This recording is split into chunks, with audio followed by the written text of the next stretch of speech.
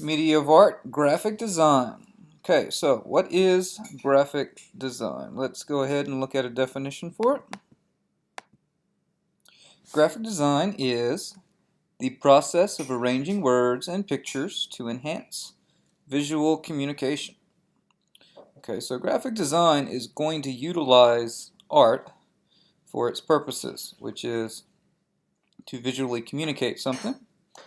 And this is a way that we interact with art an awful lot in today's world, possibly more than any other media, really.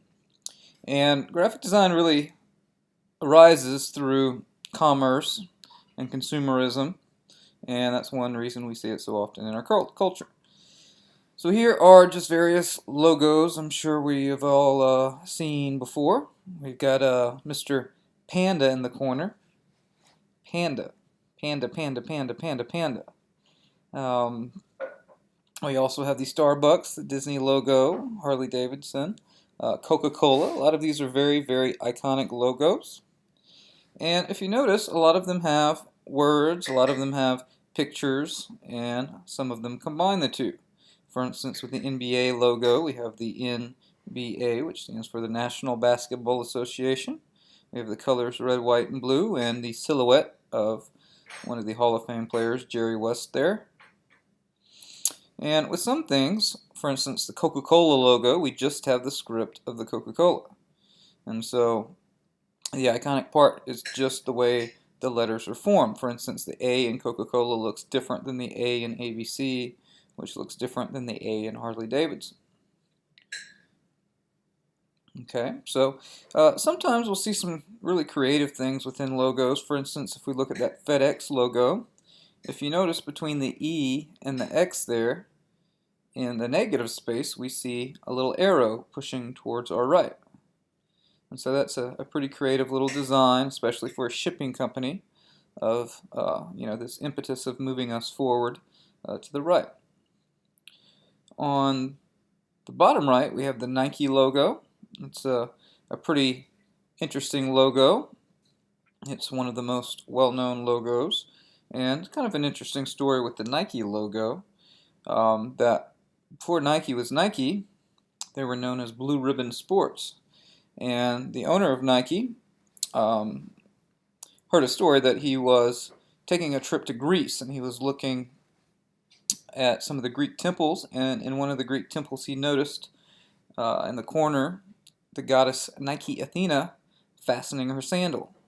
And so he thought, something clicked in his head to where he thought that would be a good name for a shoe company, Nike, because it references the goddess of victory.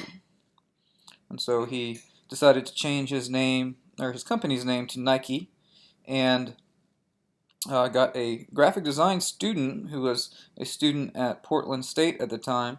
He got her to make him a logo. And so she designed the Nike swoosh that's now famous. And for her trouble, she got all of $35, which in today's money is actually a little bit over $200. But that symbol nowadays is raking in the millions of billions of profits per year. So sometimes life as a graphic designer isn't always fair. But anyway, it's kind of an interesting story about that particular logo there. Okay, so here we have a definition of the logo: the face or visual identity of a company, institution, or entity. So let's look at a few examples here of some of the clever logos that we'll see, because that's something that we see in art, creativity, and that's something that certainly graphic design utilizes for their purposes. Okay, so here we have barcode. It's the name of a place where you would go get an alcoholic beverage, and you can see it's a bit of a word play with a bar being a place you would get alcoholic drinks, as well as the barcode, which is referenced by the way the cup there is designed.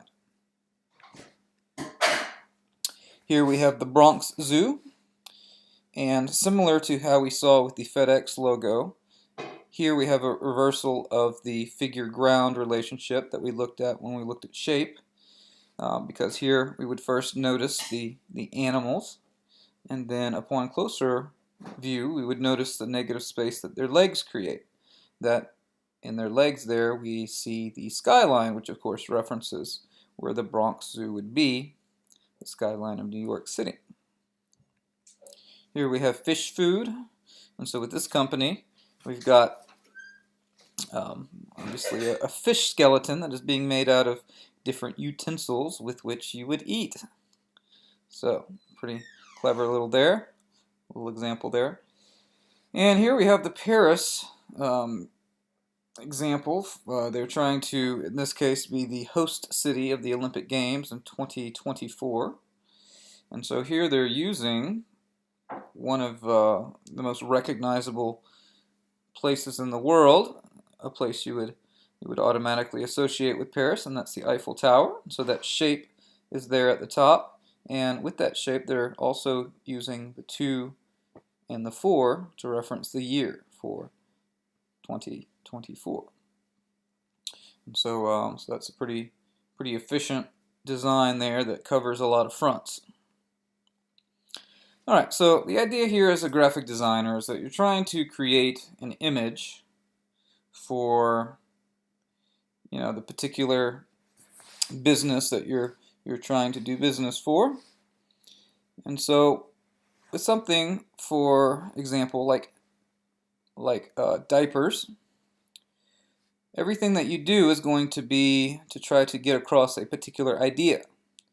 And so everything from the way that you design the letters, to the colors that you use, to the shapes and the symbols, all of those things are going to tell a particular story. So if you think about what a diaper is used for, it's not particularly glamorous, but they're not going to concentrate on that. They're going to concentrate more along the lines of the ideas of new growth, development, you know, the joy that comes along with the birth of a new child. And so if we look at the letter forms, we'll see all the letter forms are very curvilinear, very round. You don't really have jagged or angular letters. We have colors that are bright. You know, generally we have a feeling here of softness, of something that would be inviting, something that would be playful as well. And so just the names themselves, Loves, Huggies, Pampers, those are all accessible names. You probably wouldn't have too much success if you named your diaper company something like Anthrax Diapers or you know, Megadeth Diapers. Probably wouldn't go over so well. Okay, and so you can see how if you're designing, these are the forms you would use for this type of product. On the other hand, you have something like this, a hard rock band, Metallica, and you're going to see the opposite type of design. You can see very angular forms. The letters themselves are very angular, very geometric, and the coloration here, as far as the value scale, you have a lot of a value range, really light lights, really dark darks, which is not what we saw in our example of diapers just now. And so you can see the difference between something you know, that's intended to give a hard-edged feel as opposed to something that's intended to give more of a softer type feel. Okay, and so part of that here, as we mentioned, is the letter forms. And so we have this definition we need to know, typography. Typography is the art and technique of composing letter forms and arranging type. Okay, a couple of examples of typography. There's a pretty clever little student example. You can see the subject here is death by typography, and so the student is constructing a gun with letter forms. You can see the trigger here is an upside down R, and then it says B-A-N-G, which of course spells out bang. Okay, here is an example of typography as well, the way these letter forms are being used. You can see this is a poster for a concert that was put on here by the artist Mr. James Brown. And so we have all the information for the concert in the lower left-hand corner. And if we pay close attention here, we'll see the only parts that do not have some type of typography are actually the teeth. Everything else is made with some type of letter form. So in his face, we see things we would associate with Mr. James Brown, like Mr. Dynamite, the godfather of soul, the funk, all of those things that we would use for his likeness.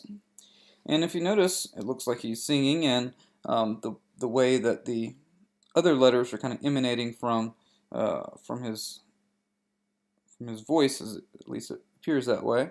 All of those are actually songs and albums that he would have. And so it does a good job of showing basically what the poster is all about.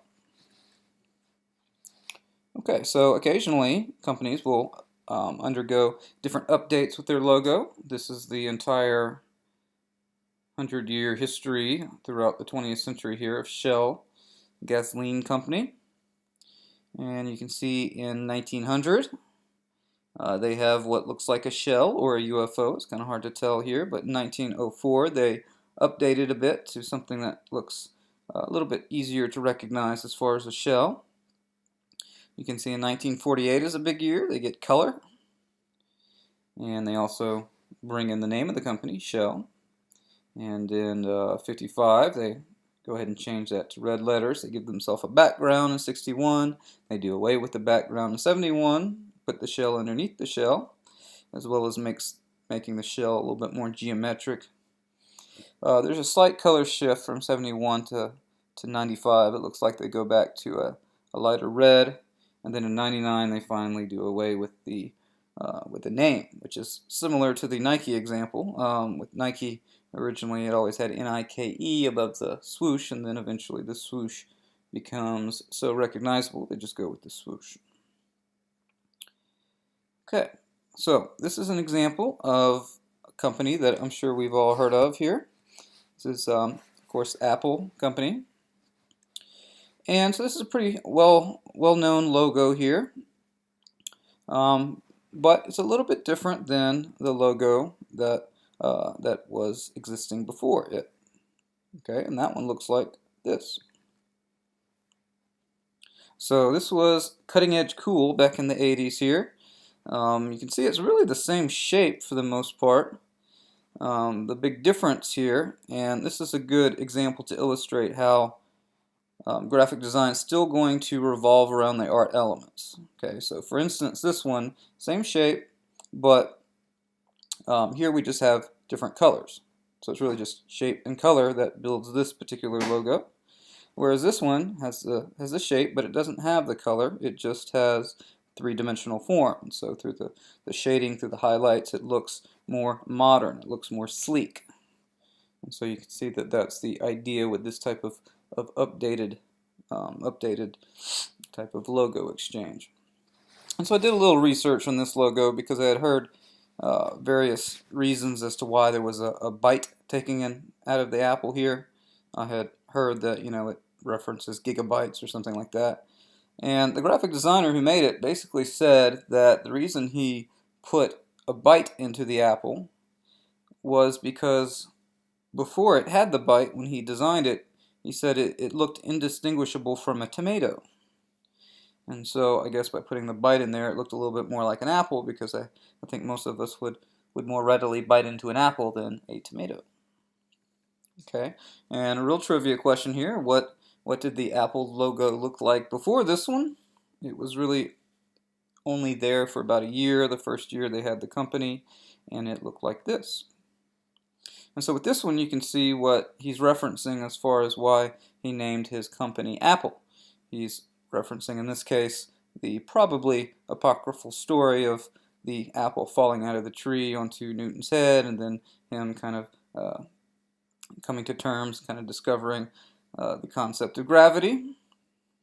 What it's really referring to here is the spirit of innovation that he wants with his company. You can see they have a quote from Newton there across the edge of the shield there, and that's really the purpose there, is to have something that's going to reference that type of innovation, that type of creativity that Newton was known for. Alright, so as our final example here, we have all of these different fast food chains on the top, what their logos were like for quite some time. And in the bottom, all of them around the same time updated their logos, sometime in the mid-90s roughly. And so you can see there's some similarities on the top, and there's some definitely some similarities on the bottom as far as what they changed to. If we look at the first one there on the left, Burger King, you can see on the bottom they're adding a little bit more color with that blue swoosh, so a little bit more dimensionality as well, that blue swoosh. The letters themselves are a little bit different. The font's slightly different. And the main difference with the letters is the one on the top is very balanced on this horizontal plane, whereas the one on the bottom has more of a diagonal bend to it. And the other update with the buns, if you notice, the Burger King on the bottom is larger than the buns. It's kind of breaking through that border, so to speak. And the other thing with the buns is that it's got highlights on the bottom, which you could make the argument looks a little bit more like grease than anything, but it's neither here nor there. Okay, the second one here is Pizza Hut. So you can see the one on the top, the Pizza Hut script. Again, very balanced. We have the little hat on top of the pizza there that references it being a little Pizza Hut. And then the one on the bottom, a little bit more of a gestural font, something that would look like it's done by hand, maybe more so than by type or a computer or typewriter, something along those lines.